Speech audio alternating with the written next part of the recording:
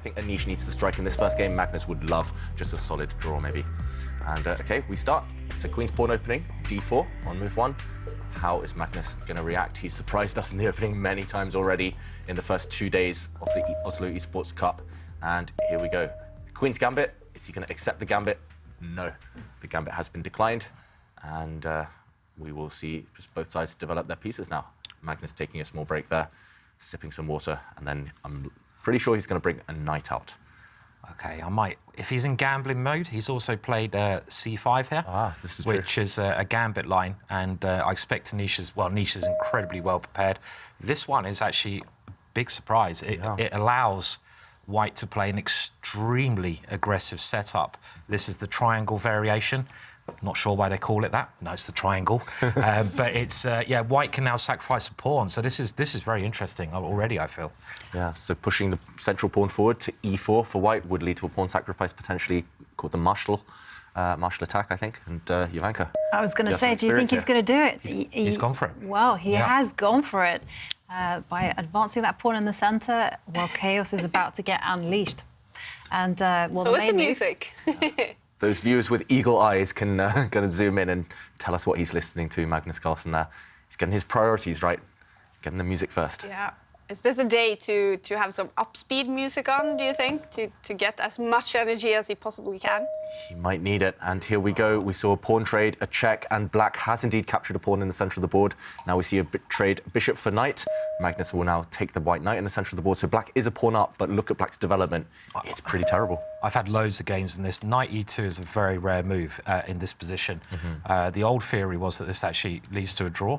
There's a book written by Peter Wells, Grandmaster from England. Really good book on the semi-Slav, and I think the theory there still stands. But knight e2 might be a very clever choice to try and trick Magnus here, potentially, who might have been expecting the bishop to go in front of the king. But I love this position for White because of that dark square dominance you get. Yeah, I must admit, Simon, just a couple of weeks ago, I was at my flat, just lying in bed, and I turned on Twitch. I went to your stream, and I saw you have, I think, this position, but maybe you blocked with the bishop instead. Right, okay. And then I saw after Black's knight came out to the edge of the board, to the a6 square to attack White's bishop. OK, it didn't happen, but you played a cool move there, putting the White bishop up next to the Black king. And I probably lost a couple of moves later, but we won't go there. That's not the point, but I was enjoying learning. It still looked cool. Yeah. Visually, this is a really cool position for White because you control all the dark squares. Look at White's dark square bishop. And in fact, the main kind of move, as my understanding goes, is actually for the White queen to dive into the position and plant herself in the d6 square. And it's all about dark squares. I mean, Black is going to be facing a vicious attack. But, you know, if Magnus survives, then he will be a pawn up. Yeah, and it's not necessarily his style to get greedy and grab pawns, so I think it's not purely because of the pawn here, it's more because Magnus thinks he's done his homework well. And I guess Anish, maybe not so experienced in this line. Clearly he studied it, but not many people actually allow this nowadays. That's why you were so surprised, Simon. I mean, from the Black side, it looks so scary. Yeah. I wouldn't be surprised they're both going to struggle to recall their theory. I know they've got a tremendous memory, but knight e2 is a bit of a surprise. Anish couldn't have expected this opening, and now Anish is playing against this last move of Magnus's, which is also not a normal move. So they're trying to get into, I feel, a unique-ish position, both players. Jovanka's suggestion of moving the queen straight in is very typical for this position, and even trying to castle queenside. But this is, you know, it's a really interesting gambit line. I think you can always, if you're not sure of the name of a gambit line, you can always just guess Marshall because there's so many Marshall gambits, and he has gone for your move there, Jovanka.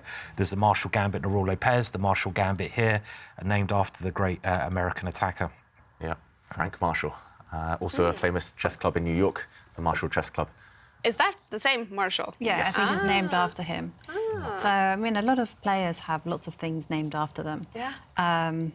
It's unfair. They stole all the names before we came along and invented our own stuff. There's nothing left to invent. It's difficult. Or is there? I had a book, actually, recently, the Williams-Harry attack. So is that 3H4. Yeah. Yeah. So, yeah, but I don't know if I can really claim it. Basman was the first person to do it, so... We need to start the marketing campaign now, Simon. Yes. There's also a Howell variation, but it's actually not named after David. Oh, it's another Howell. Actually, there's two grandmasters called Howell. I've never actually met the other one, but it's not named after either of us. It's named after someone else. James Howell. And there's a Williams variation, but it's another Williams as well. So it's like, come on, guys. So maybe we just need to change our names to Marshall. Then we're all okay. Well, that's a good idea. So yeah, I'll go Frank. You can go Bob. Bob Marshall. So What is like the newest sort of opening in chess? The freshest that is actually something that is used a lot, like the Spanish, or. I mean, just while we've got him on camera, Magnus, I'm not sure his eyes are open there, but just while we've got him on camera, there is a Carlsen variation now against the Sicilian, which is relatively new. I think it was only developed a few years ago. It was actually suggested to Magnus and Peter Heine Nielsen, his coach. It was suggested to them by, I think, a FIDE master or an international master. He sent them all the notes, and Carlsen was the first one to play it and first one to kind of bring it to the top level. And now it's super trendy. Everyone's playing this variation. I mean, I think there's something like 1,600 different openings, roughly around there. It used to be like 1,500 and something. So that have got different names, that is. So it's a big number. But of course, it's so hard now to play a different opening because everything's kind of at the stage being experimented with, at least. So yeah, but it's still, I mean, chess is such a fascinating game. I wouldn't be surprised if there's going to be lots of interesting things found in certain positions as computers find things. Meanwhile, a really interesting move there from Magnus. He's dropped his queen back, offering a trade. It looks very, very close to checkmate already. White's queen looks like it can kind of slide up next to the black king and deliver checkmate, but the two black knights cover any square the white queen wants to use. So no checkmate yet. And big question for Giri, to trade queens or not to trade queens? And conventional wisdom would tell you not to trade queens if you're a pawn down. Giri, remember having sacrificed that pawn. So I'm expecting him to just retreat his queen maybe down to the dark square, to the d2 square, nice and safe, avoid any trades. And as Simon mentioned, white is actually already prepared to castle on this queen side, on the left side. And black, meanwhile, still needs 3 or 4 moves to organise anything like that. So I think that would be my move, my choice. Yeah, I mean, I'd love to have this position against Magnus. I mean, you play a classical game against him, he's so hard to beat. You get a position like this, it's tactics. Magnus can't castle easily. You've got great tactical compensation, quick development. These are the kind of games where I often see Magnus getting in trouble. I mean, I think that's why in previous tours he's lost to other players, like his second, the Russian player, help me here. Daniil Dubov. Yes, that's right. Yeah. He lost to him once because he played all this very exciting chess against him. So I think this is Anish has got something to be very happy with here. Yeah. And I like your idea, just coming back with the queen. Looks very, very sensible. Yeah. Because why not? Why not keep the queens on if you can? As mentioned, you can't come in here yet because it's guarded by a knight.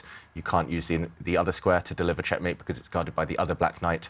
And if you can't break through yet, why not just prepare and retreat the queen? Some of the ideas are very long term. For example, black can never really castle on this side yet because the bishop cuts through that. You can't castle through check. And for example, if black just develops a knight, you could just castle on the queen side. And as Simon mentioned, this looks fantastic for white. You're lining up the queen and rook already on this open file. You can even drop your bishop back to a different diagonal at some point and start kind of switching your focus.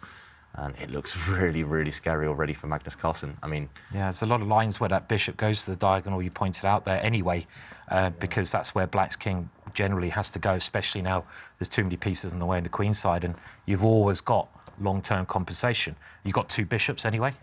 You've got this minority attack, your pawns on the king side, so even if there's nothing immediate, it's long-term problems that Magnus has to overcome. So throw all the pawns forward, Simon. Yeah, why not? Because your king's on the other side. Yep. Typical way to, but a very, very exciting position and very brave of Magnus to play this. I mean, I wonder what Anish is feeling now as well. I mean, surely he's happy. Would you have thought? I think he's happy. I mean, I'm very surprised by Magnus's choice, primarily because also he doesn't look like he's in the best of health. Yeah. And I traditionally kind of associate when you're not in the best of health, maybe you just kind of steer the game into calmer waters, but no. And we see that Anish has rejected the queen trade. And, well, they're following the line that you've suggested. And that's going to be a choice whether you castle the king to the left or maybe you dive in with the bishop. He's ready to do that, it looks like. Just looking at Anish Giri's screen now, it looks like he's about to click and castle his king over to that side of the board, as we showed. So I'm just surprised. Okay, there we go. Anish does castle his king. But I'm surprised he took 3 minutes or so just on the previous move, keeping the queens on. Surely, if you know that you're playing in, an opponent who's a bit unwell, especially if you're pawn down, you should keep the queens on. So he could have played that move immediately, put pressure on Magnus on the clock as well. So Yeah. we have seen Anish in the past. Just one tiny criticism from maybe a couple of years ago was that he would trade queens in positions where he should just go for the attack. We saw that on the tour last season. But these days he's more aggressive, more dynamic, and he did keep the queens on, but maybe just fighting against his natural instincts there. I mean, still looking great for white. I totally agree. I mean, there's many plans that white can play here. I'm just trying to work out what black's going to do. I mean, black will have to move that king. I'm wondering where white puts the f-pawn, because, you know, when we see this idea of the bishop dropping back, I guess, does white push the f-pawn 2 squares to attack the queen, or does he just push it 1 square to control black's pieces and then go for the g-pawn, support the g-pawn? Both of these plans look very scary to me. It's only 1 pawn after all. I mean, it's only 1 little guy. We don't mind too much about them, do we, if we're going to get an attack? So it's, yeah, I mean, I'd always take white here. Would anyone take, I mean, you're a pawn grabber, Jovanka. I am a pawn grabber, but I do like my king to be safe. I mean, it's a bit uncomfortable in this particular position. So here, following kind of my ideas of king safety, I would be tempted actually to pick up the c-pawn, push it 1 square and just shut that bishop out, you know. I don't care if my queen gets kicked about as long as my king gets to the right side of the board, and then I can breathe a huge sigh of relief that I'm not going to lose in 20 moves. Yeah, white's dark square bishop is the MVP, as they say these days, the most valuable piece right now. So it does need to get kicked away. So I advocate for that one as well. What did you call it? MVP. Or MVPs. MVPs, most valuable piece. Okay. Normally, I think it's Never heard of that. a sporting term, most valuable player. Yep. But, It's always like at the end of like world championships or some sort of tournaments, they have the MVP.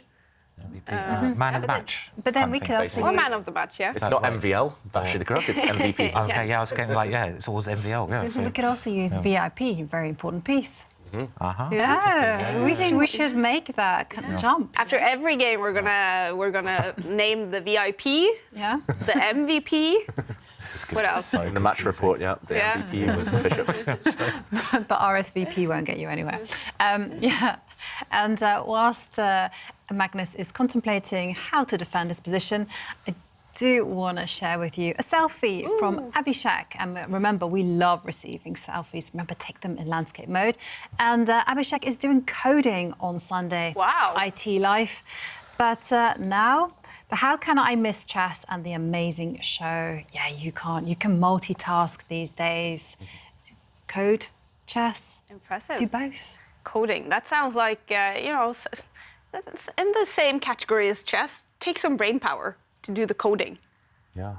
I did an event a while ago where I played a simultaneous event against a bunch of programmers, and they were saying there were so many similarities, lots of problem solving in chess and programming. And I don't know too much about this stuff myself. I'm terrible with tech, but that's what I've heard, some similarities. They originally said like mathematics, or a lot of people thought that, but I don't know if that's true. And then other people think music. I'm not sure really. I mean. Oh, there's a cool picture there. You can see Anish's glasses, exactly what part of the board he's looking at. Yeah, we can basically look at chess through the eyes of Anish Giri right there. Literally. Yeah. Through I think his there's eyes. technology being developed that they can, a lot of eye tracking technology, which I think would be amazing for chess to see where the eyes are like zooming in on of the top players. Because I imagine, where players like Anish, Magnus are looking is completely different to lower rated players. So it'd be very interesting, maybe a very good way to sort of show where you should be looking in a position and why. So that could be a new idea for the future. Yeah, that's a cool idea. Some, track those eyes. Yeah, I reckon the top players in the world, they'll be scanning the whole board. They might know where the action is, but often lower rated players who are less experienced, they'll just be focused purely on one part. They'll forget what's happening on the rest of the board. Yeah. That kind of tunnel vision rather than full board awareness. Yeah. Yeah, I had an interesting thought the other day, which was just like totally random, which was, okay, so Magnus has in fact kicked away the dark square bishop, and it was, do you think if your native language, if the written kind of word is kind of character-based, is it easier to memorize chess script, chess notation? I've never just had a random thought about it. Character-based language. Like Chinese, it's character-based. Okay. I mean, well, like Arabic and English and the Latin-based languages are alphabet-based. I was just wondering whether there was like some. It was just a wonder. It No was just a input thought. from me. I'm not I good have with no the idea. notations. We need anyhow. someone who's multilingual, who understands lots of different languages to answer that question for us, I think. Yeah. Yeah, well, Well, this move is key, isn't it? So this is maybe a critical little moment here, isn't it? Because this is Black's idea. Yeah. Yeah, and I think we have to jump into the board to show this because some chaos is about to happen. Instead of defending his queen, just we rewind one move, instead of defending his queen or running away from this attack, Magnus has counterattacked. He's jumped in with his own knight, and actually look at Anish on the camera now. He's just staring straight down. He's not even looking at the screen anymore. Wow. He's trying to calculate, and he's gone into his mind palace to do that. And this is a counterattack, hitting the white queen and hitting the white bishop at the same time. Now, if the black queen is captured, Magnus will simply take the white queen, and yes, black is still a pawn up. There's still some stuff to calculate, but at least the attack against the white bishop means that there's no real time to grab the black knight. The variation continues. For example, Anish could capture this pawn and maybe with a healthy position. The alternative would be to use the white queen and capture the black knight. The white queen was going to fall anyway in that variation, so you might as well give her up for a knight and now win the black queen. And it looks like white is just a piece up. White has an extra bishop, but at the very end, you see knight takes pawn, and suddenly there's a fork, a double attack. Both the white rooks are under fire here, and one of them will fall. So here you have to do a count. White is a bishop up, but black has 2 pawns, and black is about to win a knight, a rook for his knight. And it's just a material equation here. You just count, okay, I'm going to be 2 pawns up. Maybe in a situation like this one, the black knight will be trapped in the corner, just as an example, and you have to work things out there. So there's a lot for Anish to calculate right now. I think this position. I think this is very interesting because those 2 lines you pointed out, David, the last line is clearly the more ambitious line. So if Anish now plays queen takes knight, I think that shows really good ambition on his part, that he's actually really trying to take this game and win this game. If he plays the other line, it looks like it's a bit of a cop-out to me. I mean, also, if I was white, I would not want to have allowed this move in the first place. I mean, maybe castling queenside was a bit premature. Maybe he should have played pawn to f3. It's still okay, but the queens are coming off the board, and that is something I'm sure Magnus will be very happy with. So this just to get the danger a little bit less to his position. Yeah, fully agreed. The queens are about to come off. Either black is going to take the queen now, or white can give up the queen before it's captured by taking this knight. But the queens are definitely going to depart, and we'll keep you updated on the material imbalance that will arise once the queens do get traded off. so what do we think that Anish is going to play? Bearing in mind that it's the first game of the day. Tested the I waters think a he's little going bit. to take the queen. I just have a feeling. I have a feeling he's going to take the queen. Okay, I'm gonna say he's going to take the knight. Okay. I have to be a bit different, you know. Oh yeah. Oh, come on, Anish. Come on, that was bad. I mean, you mentioned this is maybe a little. I don't know which move was even better, but David, you did say that one of his slight issues was that he tries to get the queens off. He tries to maybe keep stable positions too much when it might be better to go for the more unbalanced position, and that's possibly what's happened here. Yeah, every player has different instincts, right? And that's Anish's instinct. These days, he kind of plays the position more, but sometimes he does go back to back to his character and just he likes to make those trades, likes to play it safe.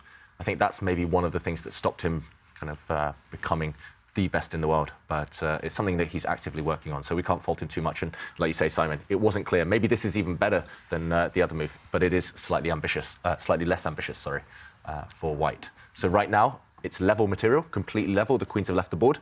Black's knight is up for grabs if white wants to take it with his rook or his king, but the white bishop at the top of the board also under fire. So if you move the white bishop, then the black knight has time to save itself, maybe trading off for the other white bishop or capturing a pawn on its way out of the white camp. So, it's level material. The computer slightly prefers white. I think that's because white's dark square bishop, if he keeps it, is going to be one of the best pieces on the board. I think if you take this black knight off now, though, no real issues for Magnus Carlsen. I think the game would start turning in Magnus's favour, if anything there. So what is Anish going to do? Is he going to move his dark square bishop, which might involve another pawn sacrifice, Or is he going to just play it safe and take that black knight off the board? And so they both have these intruders in their camps, the white bishop and the black knight. Now, if I was playing, my eyes would only be on that piece. I would definitely feel the threat of another piece being in my camp. Are they a big threat, both the bishop and the knight, for these two players? Yes, and you're right, Kaya. Normally, if anything's in your half of the board, you want to kick it out or trade it off or get rid of it. Okay, Anish, his mouse is hovering. Is that over his rook right now? Is he about to capture that black knight?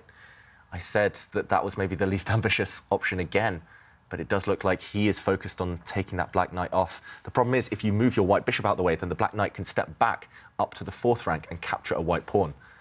Maybe that's the downside. Maybe you can also make an argument for the black knight going and capturing white's light squared bishop.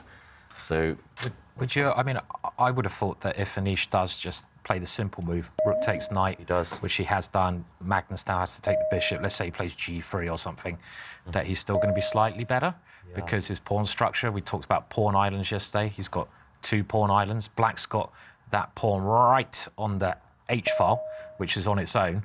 So is that a good pawn or a bad pawn? It's a bad pawn because you want to have their, like, you know, your pawns are like friends. So when you have them together, they can sort of hold hands and look after each other. Yeah. But that little guy over there, the black pawn right over in the corner. Harry no mates. He's Harry no mates, that's right, yeah. He's like, oh, they've left me alone. I'm a bit smelly today. And, you know, we've talked about that before with chess, but... Yeah, we need to give him an Airthings device. Yeah, he definitely does. But so there is that weakness. And also maybe white's minor pieces, like the knight, has some nice roots, and the bishop seems fine. So the only thing is, this is very much a Magnus Carlsen type of position. Yeah, so agreed. It's hard to imagine Anish being able to create too much here. He has to take a timeout to defend a pawn. The black knight was threatening a pawn over there, and now it might be time for Magnus to develop the black bishop before it gets trapped on that square. Black's bishop and rook in the corner, those are the problem pieces. Yeah. And they need to join the game. And talking about Harry no mates, I mean, the problem is there actually isn't weakness. I mean, as long as it doesn't step forward, at least not yet. And it's going to take a long time before a white rook starts looking at that pawn and eyeballing it. So, I mean, I was thinking maybe white could, you know, throw his knight, you know, towards that direction. But I also agree, like, going back to the position I was quite excited about, and then this position, well, I'm not that excited anymore, I'll be honest. But I'm also thinking Magnus is going to be so much more comfortable here because he's got his position, as you said, David. And before, I think he would have been like, you know, he would have been defending some vicious attack, but he's managed to get rid of that attack. So, and that's the thing, exactly, Simon. I mean, this is the type of position that Magnus, okay, even if black is slightly worse, I'm not sure he is, but even if black has a disadvantage, this is the type of position Magnus can defend in his sleep. And even if he's feeling unwell, this is not the type of position where we'll see a massive blunder from Magnus, or it's unlikely to be at least. But in a position where he's being attacked, if he's feeling under the weather as well, everything against you, that's when it's hard to play chess, right? When you feel everything's just going against, everything's not in your favour. So, okay, he jumps in with his knight. That's flashy. And what's his idea here? The knight attacks the white rook. Is he going to move the bishop next move? Is that... No, he can't do that, can he? Oh, do you think? Oh, he's going for a draw. Oh, no, don't, please don't. Let's check out what's happening on the players' faces. Okay, because we could be about to see a draw, and there we go, anti-climax. It's a 3-fold repetition and a draw.